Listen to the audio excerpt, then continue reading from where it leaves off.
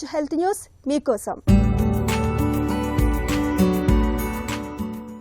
Menopause తరువాత tea తాగే అలవాటు మహిళలకు ఎంతో మేలు చేస్తున్నట్లు చెబుతున్నారు ఆస్ట్రేలియాలోని ఫ్లిండర్స్ యూనివర్సిటీకి చెందిన శాస్త్రవేత్తలు. మెనోపాజ్ తర్వాత మహిళల ఎముకలు గుల్లబారిపోతుంటాయి.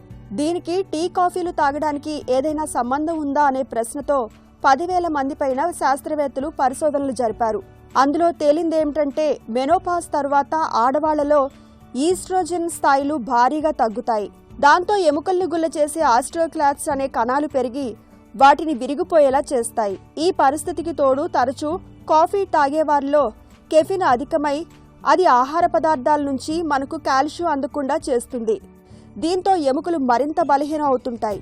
అలాగే కెఫిన్ రక్తనాళాలను కుచించుకుపోయేలా చేసి ఒంట్లో నుండి వేడి ఆవర్లు పుట్టించడంతో పాటు రాత్రిపూట చెమటలు కూడా పట్టేలా చేసి మెనోపాజ్ లక్షణాల్ని తీవ్రం చేస్తుంది.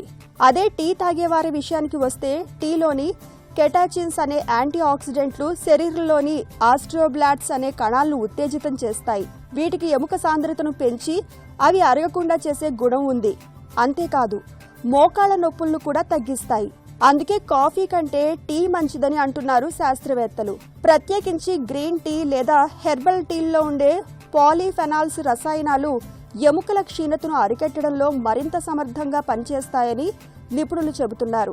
అయితే టీ తీసుకునేటప్పుడు అధికంగా పంచదార, పాలు కలపకుండా తాగితేనే అందులోని కెచాటిన్లు శరీరానికి పూర్తిగా లభిస్తాయి. దీనికి తోడు మెనోపాజ్ తర్వాత మహిళలు రోజు కాల్షియం, విటమిన్ డి లభించే ఆహారాన్ని క్రమం తప్పకుండా తీసుకోవడం ఎంతో ముఖ్యం. టీ తాగడంతో పాటు నిత్యం తేలికపాటి వ్యాయామాలు, నడకను అలవాటు చేసుకుంటే ఆస్టియోపోరోసిస్ ముప్పును సులువుగానే అధిగమించవచ్చు.